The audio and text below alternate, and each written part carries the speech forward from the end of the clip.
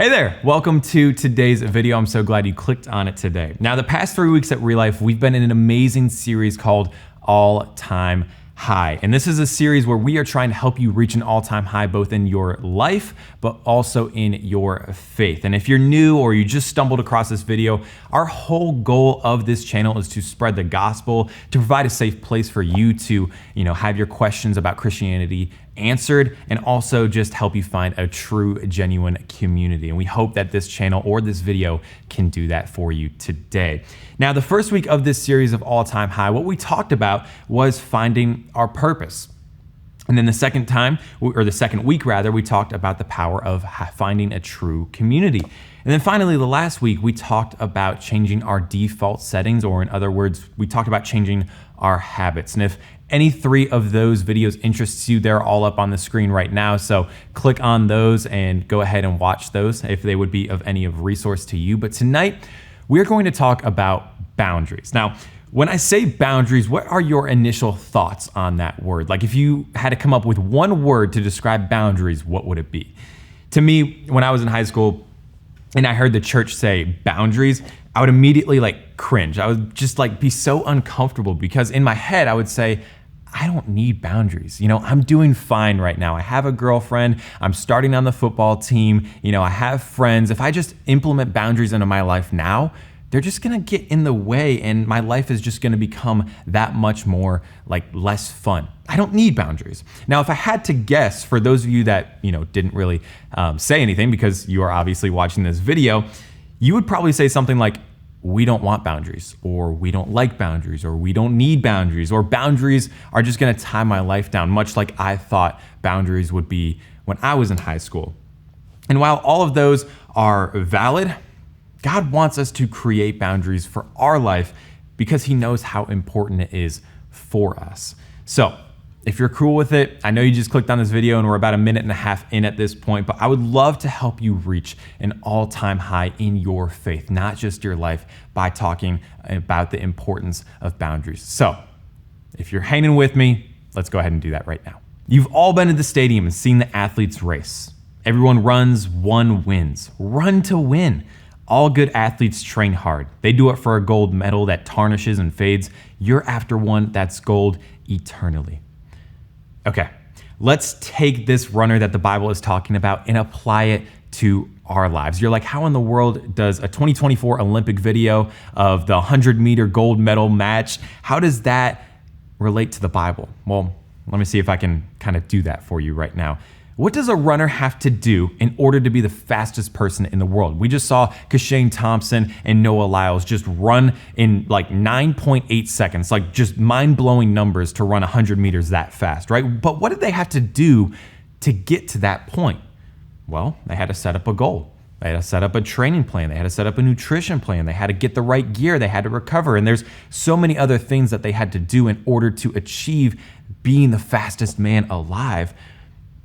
But those things are called boundaries. They set up boundaries in order to become the fastest runner alive. You and me, we also have to set up boundaries in our walk with God. Let me just give a few real life examples. So I'll give you a couple scenarios, and these could hit home for you or they might not, and that's totally fine. The first scenario, do you ever find yourself waking up and you're just like, I want nothing to do with the Bible, and I don't want to dig into my time. I don't want to go into the devotional, or maybe I just want to sleep in and then get up at the last second, throw on all my clothes and go off to school or go off to work.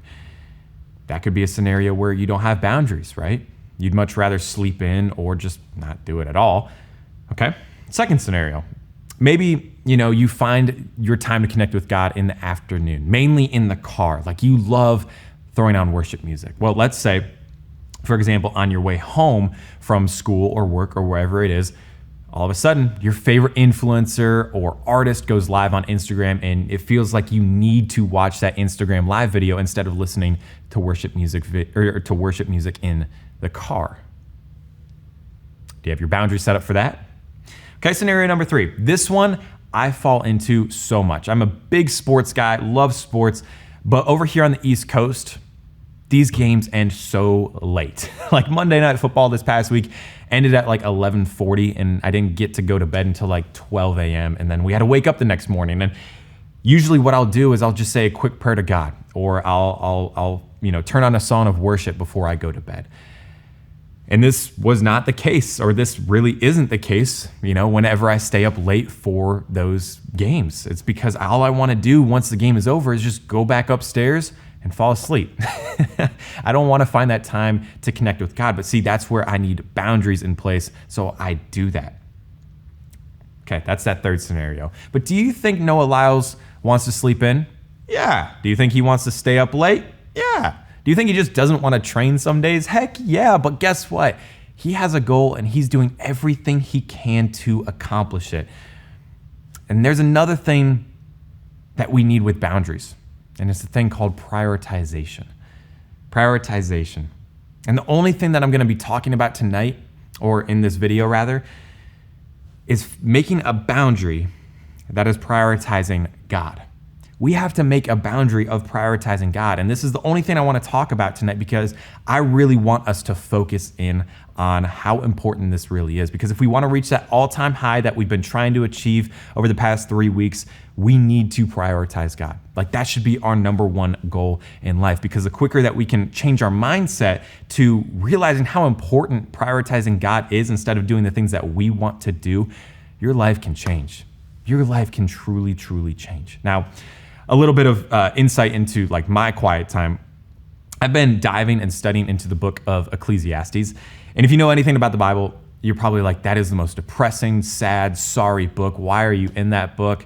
The word meaningless or futile or, other synonyms to those words appear more than 38 times in the book. And, I've been in this book for the whole month of September. And I've just been really gleaning so much from this book. It's 12 chapters, but for the whole month, I've really just been going slow bit by bit about how much it can really apply to my life. But back to what I was saying, how depressing it can sound.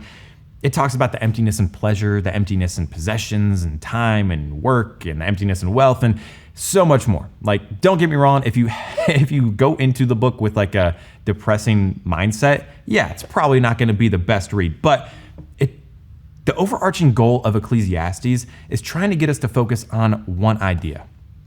And that idea is, without proper focus on God, life is meaningless. Without proper focus on God, life is meaningless. Now, I don't have time today in this video to go through the book of Ecclesiastes. I would love to, don't get me wrong, but I challenge you. If you're watching this video right now, read a chapter after this video is done. Read just a chapter of Ecclesiastes after this video is done, but then also, verses and chapters throughout the rest of this week. And instead of looking at Ecclesiastes like, wow, this is a depressing book, switch your mindset a little bit. Don't come at it from that mindset. Come at it with the mindset of, there's a reason that this is in the Bible. What is the Bible trying to teach me? Why is this in the Bible? What can I get from this passage? So if you're taking notes, type down on your laptop, phone, or just write down wherever you're going to remember, read Ecclesiastes. But back to our other point, which I would also love for you to write down or type down, prioritization. That's our only boundary tonight, right? So the athletes in 1 Corinthians that we have been talking about, they're training for a prize, but we're doing it for an eternal prize. Hence why I just went on that rant about Ecclesiastes, everything being so meaningless except for God, right? That's why I went on that tangent. But if you want to reach that all-time high in your faith, you have to prioritize removing the things that don't belong in your life. What are some of those things that, come at us and we have to remove? Let me list a few. Maybe it's gossiping for you. Maybe it's lying. Maybe it's cheating. Maybe it's hurting others with your words, or maybe it's hurting others physically. Maybe it's just hurting someone in general, lusting after someone. Like, the list can go on, but I want you to ask yourself the question, what are some things in my life that I need to remove so I can really prioritize God? Our goal needs to be to remove those things. So here's an application step. And if you've seen some of the times where I preach on this channel before, I love application steps because I feel like a lot of the time what we can do is we can watch this video and then we just go about our life. We're like, okay, that was cool. I got my Jesus fix today. But with the application step, you'll remember this and you can hopefully carry this throughout the week. So the application step for today is ask yourself this question. How does my life prioritize things that contradict what God is telling me in the Bible? How does my life prioritize things that contradict what God is telling me in the Bible? Now, thinking back to when I was in high school, the two biggest things that I dealt with were peer pressure and social pressure. And thinking back, all I had to do was go to the Bible. I mean, it really was that simple, but instead I did anything but that. Instead, I ran to my friends, my peers who were not Christian. If I had any questions about the Bible or Christianity or, things that I'm struggling with, I would get an outside Christian perspective, which at times can be so good and so healthy, but whenever it is a question about Christianity or the Bible, I was running to the wrong resource. Other times I would find myself Googling answers and getting questions and answered from not only Google, but people's opinions and what they've been through, whether that's on like Reddit or Twitter or even here on YouTube, like a YouTube short or something like that. But what if I applied the question that I just asked you? How does my life prioritize things that contradict what God is telling me in the Bible? Because I was shifting my focus from a Christian worldview to a secular worldview. How different do you think my answer would have been if I asked myself that question back in high school? And if you're in high school right now watching this video, how different, whatever is going on in your life right now, how different do you think your answer could be if you ask yourself that question? Instead of Googling your answers to Christianity or questions about the Bible, what if you went to the Bible and had God's word answer it for you instead? So if you set up that boundary of prioritization and ask yourself that question that I just, had up on the screen right now, I promise doing that alone, you're going to reach an all-time new high. But I really want us to get this. So we're going to go back to the 1 Corinthians verse 24, verse 25. We're going to read it again because I really want you to get this. You've all been to the stadium and seen the athletes race. Everyone runs, one wins. Run to win. All good athletes train hard. They do it for a gold medal that tarnishes and fades. You're after one that's gold eternally. Okay. Noah Lyles, Kashane Thompson, they're leaving the Olympics with a medal. A super sick accomplishment that not a lot of people, very few humans in this entire world has ever done before. But other than having their name in the record books, other than having, a shiny medal, what good is it? What good is it? As the Bible says, it's a gold medal that tarnishes and fades. You, I, your Christian peers, we're after a gold medal eternally. Or as the Bible puts it, we're after one that's gold eternally. That's the gold medal we're after. So, in order to achieve that gold medal, we need to set up a boundary in order to reach that all-time high and in order to achieve that gold medal. So, what I'm going to do right now is I'm going to throw up everything that we just talked about on the screen. You're going to see the verse. It comes from 1 Corinthians chapter 9, verse 24 and verse 25. The boundary, the only thing, is prioritization, aka prioritize God. And then ask yourself that question, like the application step. How does my life prioritize things that contradict what God is telling me in the Bible? Those are the three things. So if you're on your computer, if you're on your phone, wherever you're watching this video, screenshot this right now. I would love for you to, go back on your camera roll or go back onto your desktop and see this and read that verse and set up a boundary and ask yourself that question so you can truly prioritize God. But what I'm going to do right now is I'm going to turn on a worship video, and I would love for you to just reflect on everything that you just heard and figure out how you can truly remove things that are keeping you from growing with God and how you can set up a boundary to reach that all-time high. Thanks for joining me. I love you, Lord, and oh, your mercy never fails me, and all my days I've been held in your hands from the moment that I wake up until I lay my head, and I will sing all the goodness of God. And all my life you have been faithful. All my life you have been so good. With every breath that I am able, and I have seen all the goodness of God.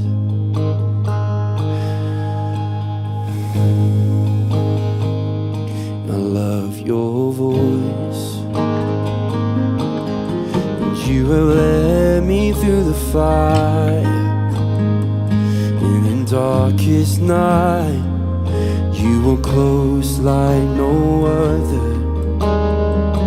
And I've known you as a father, I've known you as a friend, and I have lived in the goodness of God. Hey. All my life you have been faithful,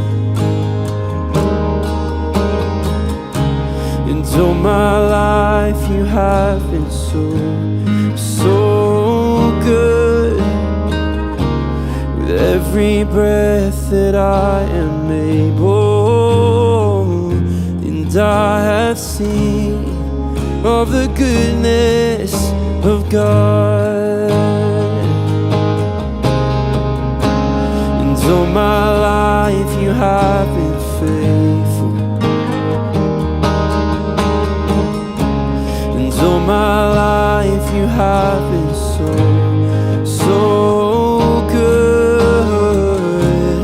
With every breath that I am able, and I have seen of the goodness of God.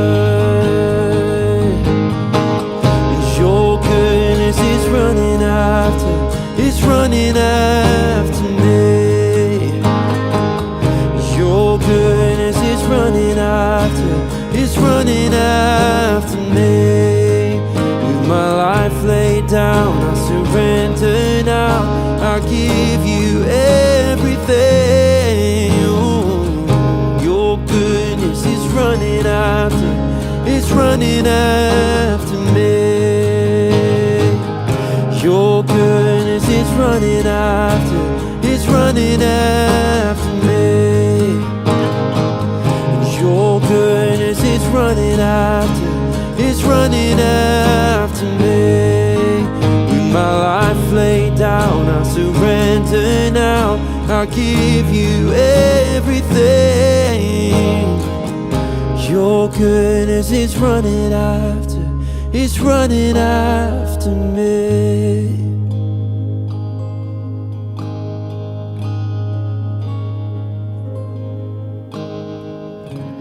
For all my life you have been faithful,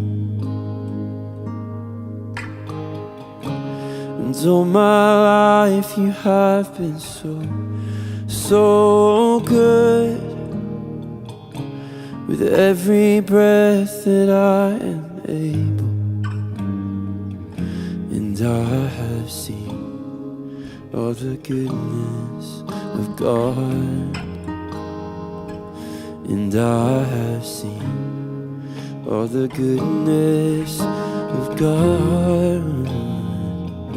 And I have seen all the goodness of God.